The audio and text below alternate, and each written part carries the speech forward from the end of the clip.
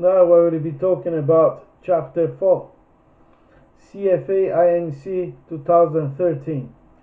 The chapter tells us about the regulation of financial service that was written August 2012.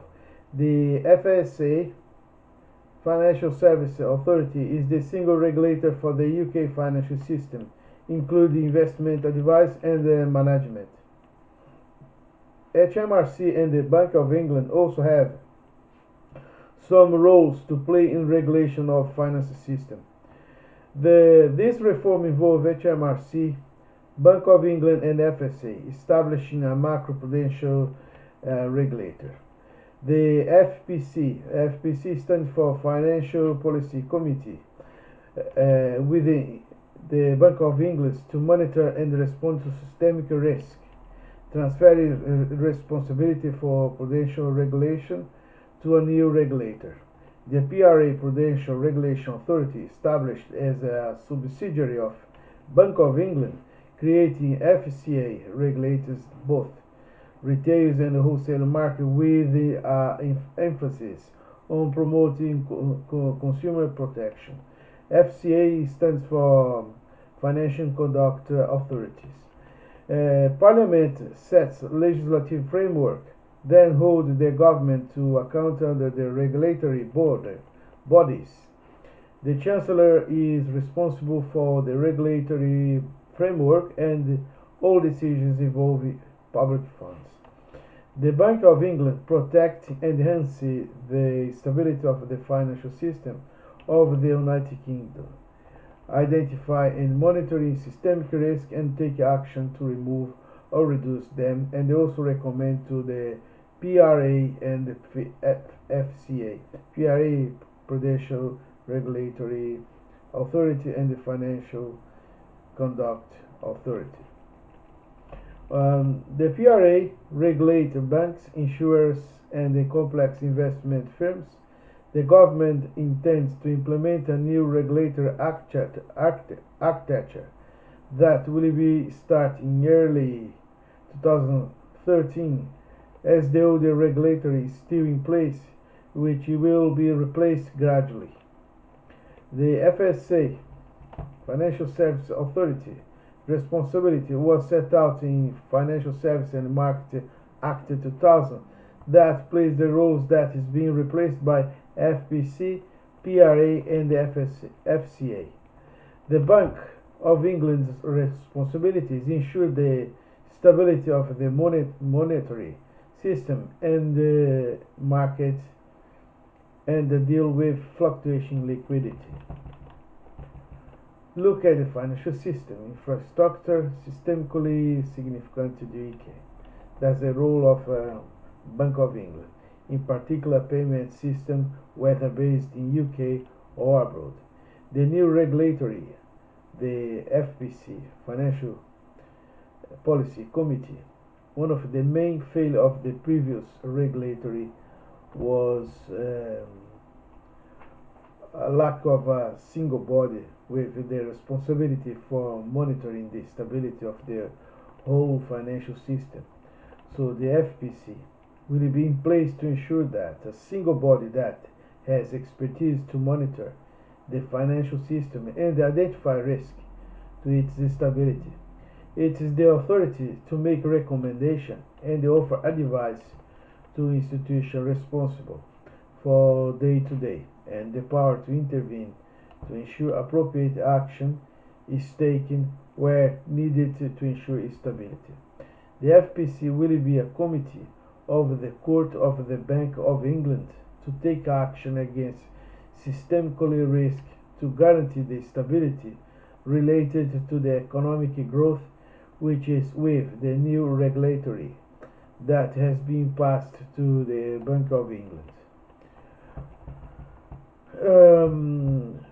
The FPC will be required to publish two financial stability reports per year, and also its record of meetings that must be held at least quarterly for per year. Whenever FPC identify risk, will be able to offer advice and offer recommendation to such a body like Financial Reporting Council, and the power over the PRA and the FCA. The PRA, to complement FPC with the Bank of England, will be established as a subsidiary of the bank to conduct prudential regulation of firms which manage a significant balance sheet risk as core part of their business. Bank insurers and more complex investment firms.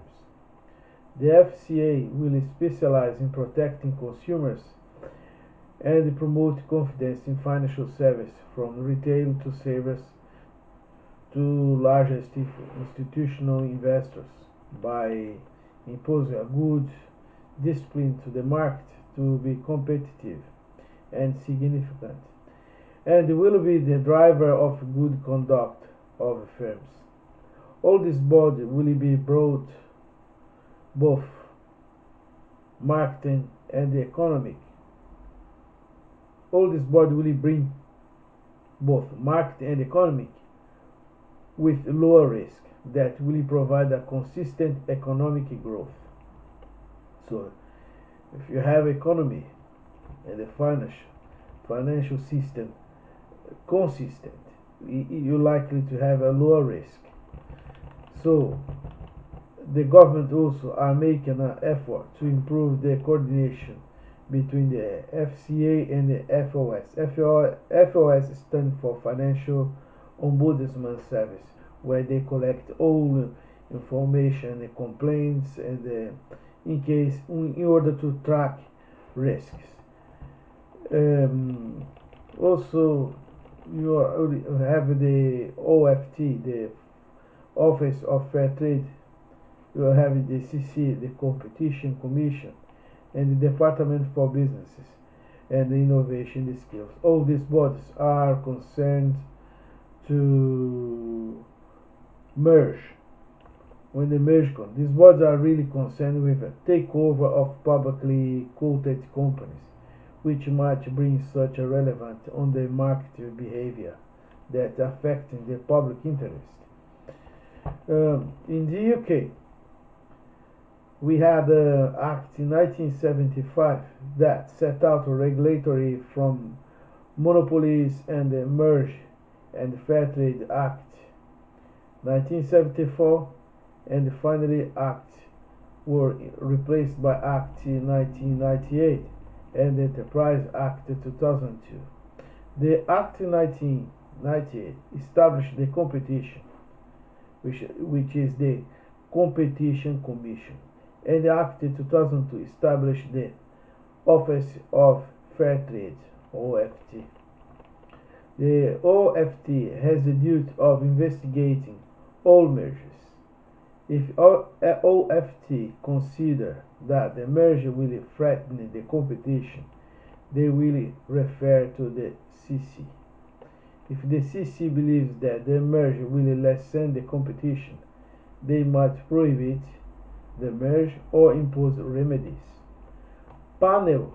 You also have the panel on takeover and merge, which called the takeover panel. It is financed by a levy on share transaction, and its rules apply to all publicly quoted companies.